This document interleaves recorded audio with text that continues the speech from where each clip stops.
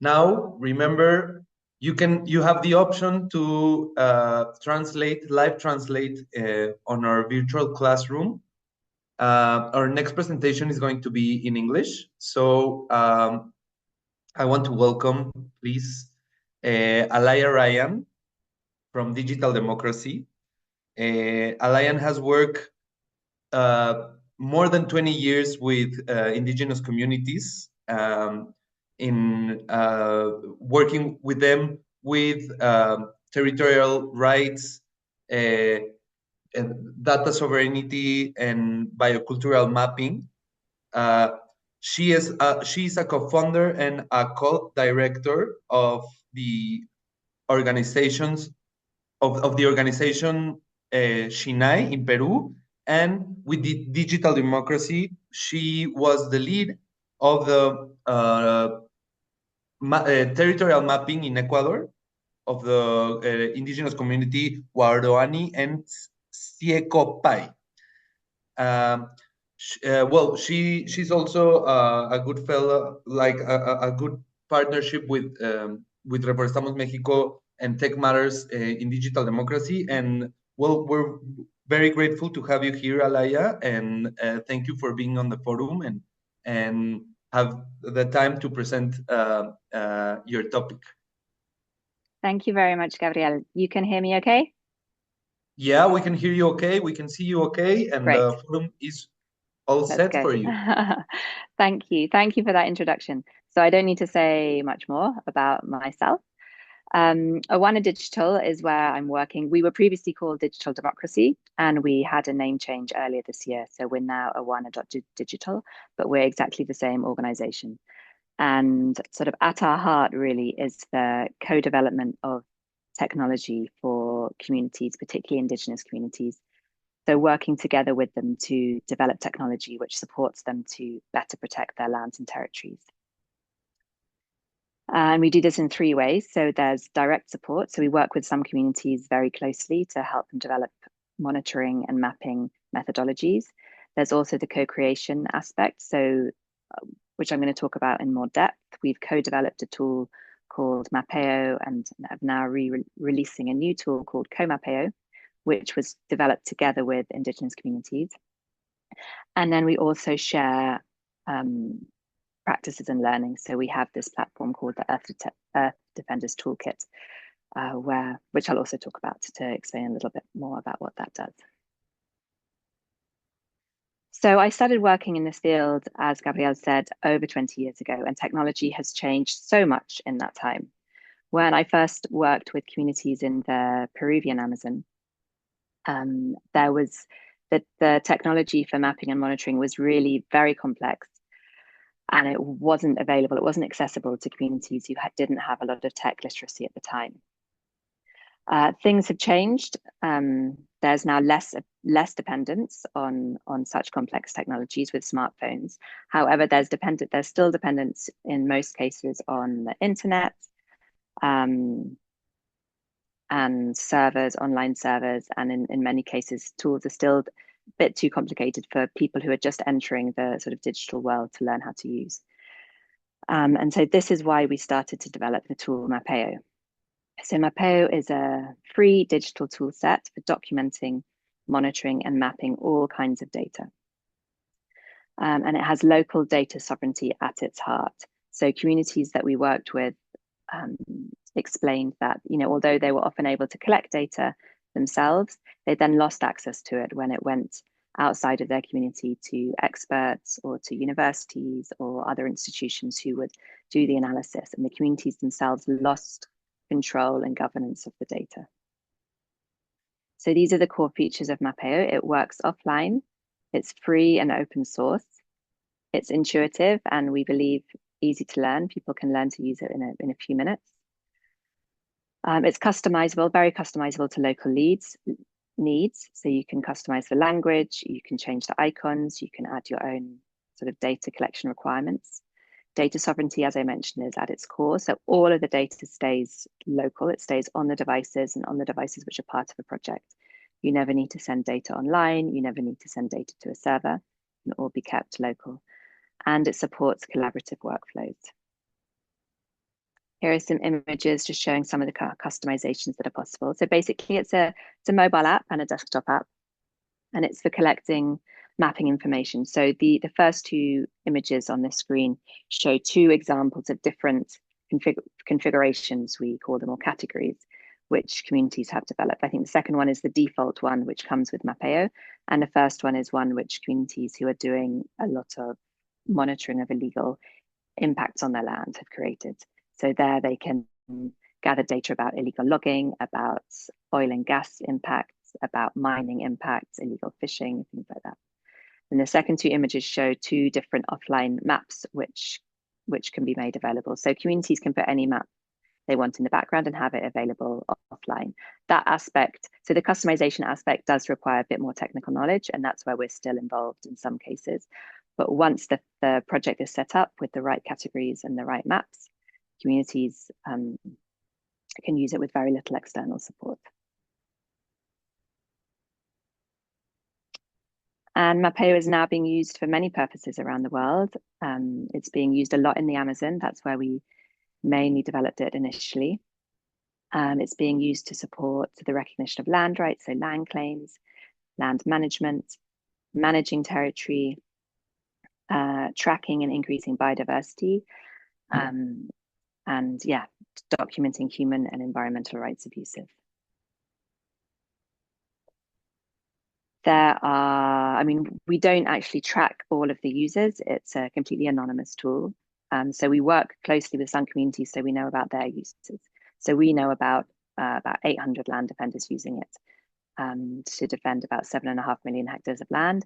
But every now and then we hear about communities elsewhere who are using it because it's freely available to download from the Play Store.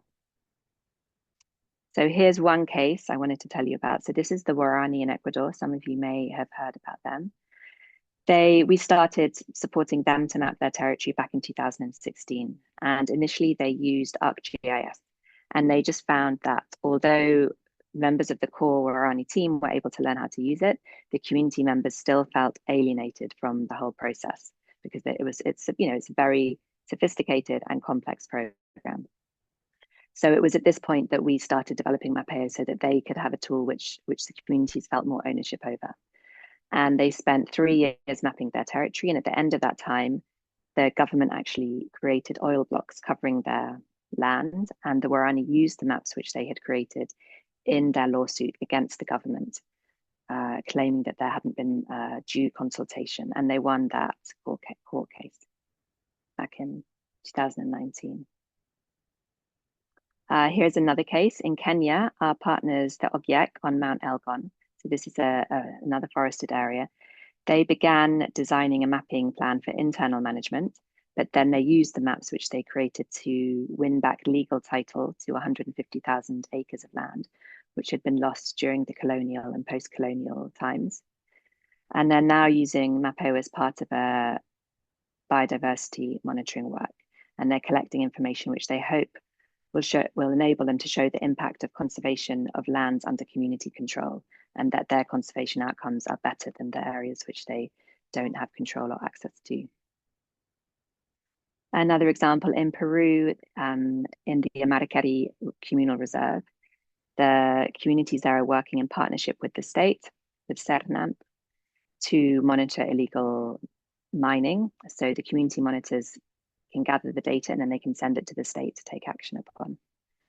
And in Suriname, the Wayana people made a map of 2.5 million hectares of the ancestral homeland. And they are delivering an unprecedented land rights case to the Surinamese government. In Suriname, there are no indigenous land rights. So it's really a new precedent. And then it's being used all over the Brazilian Amazon in different cases for monitoring illegal fishing, for land claims. Funai is starting to use it in some areas for monitoring as well. Another tool I wanted to tell you about is the Earth Defenders Toolkit. So this is really where we showcase different tools because Mapeo isn't the only tool that we work with. And our aim is to support communities to find the right tools and the best ones to meet their needs and to center their values and their autonomy. So this platform is really where we can show different tools So it contains guides and manuals on different topics, such as mapping, monitoring, setting up community networks, how to keep yourself and your data safe. It contains case studies about some of the partners we work with, so you can learn about different methodologies and what's worked and not worked directly from the people involved. And then it contains a tool finder. So this, you put in your needs and it sort of comes up with a selection of tools that might meet what your needs are. So maybe it needs to be open source, or maybe it needs to be free, or maybe it needs to be translatable, or it's for mapping, or it's for monitoring. So you can kind of filter out and come up with, these aren't all of the tools which are on it, but it's a showcase basically for lots of different tools. Now, we have just in the last couple of weeks launched a new tool. So this is the development on from Mapeo. It's called CoMapeo. We won't be developing Mapeo itself anymore. All of our development time, because we're an organization which is part technical team and part field community team, all of our development work will be going into CoMapeo. And it's just been launched on the Google Play Store, the MVP. So it's a very basic initial version, which is there. But over the next few months, we hope to be introducing many of the new features, which our partners have been asking for a long time, and which will enable them to have even better control over their data, collect more and new kinds of data. So it will enable them to collect GPS tracks, create projects and roles, capture audio and video along with projects. And also, I mean, Mapeo itself has always been an offline first tool, so there was no need to ever take the tool online. But with CoMapeo, some communities now with Starlink, lots of communities that didn't have internet 5 years ago now do have internet. So they would also like a sort of internet element as part of the tool in order to serve as a backup or in order to share data more widely. So we're introducing a web or server sync, which can be added if communities want to. Our communities have been working on this tool for the last at least 2 years, and we're very excited to start sharing it with partners. And that is the sum of my presentation. I tried to keep it short and sweet, and I'm open to any questions that there might be at this point, or you can write to me later if you have any others. Thank you, Alaya. I think that Awana Digital is one initiative that could face some challenges at the start while working with communities. And one question would be, how is the impact of bringing technology in clash with traditional communities? Like how the community with a cosmo view with a cosmo view very traditional of the world, how they incorporate this kind of new modern technology, and is there any example of a clash between these modern devices or these modern processes with the traditional processes of the communities? Thank you for that question, Gabriel. So Awana Digital ourselves, we only work in communities where we've been invited to work. So we don't try and sort of introduce people to technology unless they've already asked for it. We also try to step very slowly. So in most communities we work in, people have already seen, and in most places have, there'll be at least some smartphones in the village. Even if they don't have access to the internet, they'll have them for when they go to town. So it's usually not an issue of completely introducing a new technology.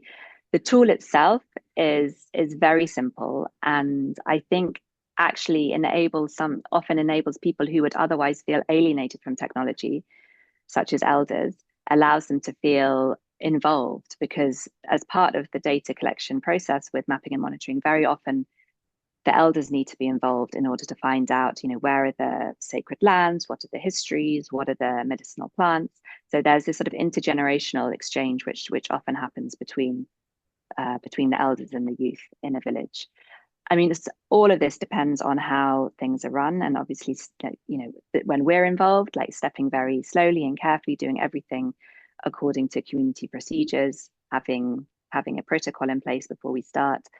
Sometimes they decide that the phones, if they've bought phones as part of a project to use Mapeo on, that those phones will be kept within a special house and they're only taken out on trips. In other places, people have phones anyway, and they just download Mapeo to their own device and use it there. So I think in a way, Mapeo enables bridging of this digital divide, which is often there. My experience in communities is that most Indigenous communities are extremely adaptable and flexible and embracing of everything new, not just new kind of digital technologies, but everything new. And certainly in some cases, this can bring problems and issues. There's, I think, Starlink, which has now made internet so available across so much of the world. There are definitely communities that are feeling the pain there, and we've worked with communities in the Amazon which are now trying to develop protocols to control their own use of the internet, because they found that with such a fast and rapid, one day no internet, and then suddenly the internet, and everybody is just, instead of spending the evenings telling stories, they're spending the evenings playing games on their phones. It's a huge and massive change. It's a problem within my culture, little kids using, addicted to screens. And that change has happened so quickly in some places where Starlink has happened. But I think there are communities that are looking at protocols. So that would be my one caution is in, like you said, introducing new technologies can have issues. The other issue, or one other issue it can have, is that of power dynamics. So people who have control or have access to the new technology and people who don't have access to it.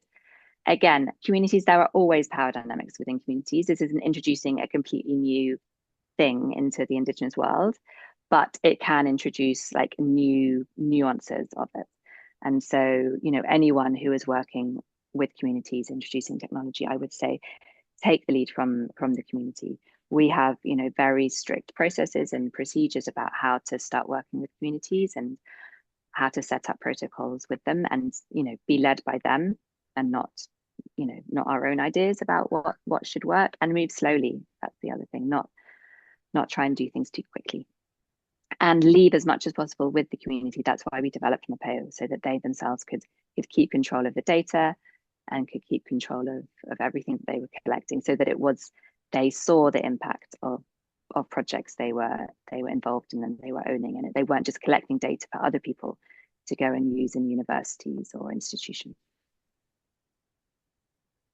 Okay, that's so interesting. Thank you, Alaya. Here in Mexico, as you know, we have a rich cluster of indigenous communities that it may be a useful tool for them also, and also for all the organizations that are connected here that are watching, that it may be also a good tool for them to involve community mapping and also resource management monitoring. So, Alaya, thank you very much for your participation. Thank you very much for being here in this Bosques and Tech Forum, the fourth edition.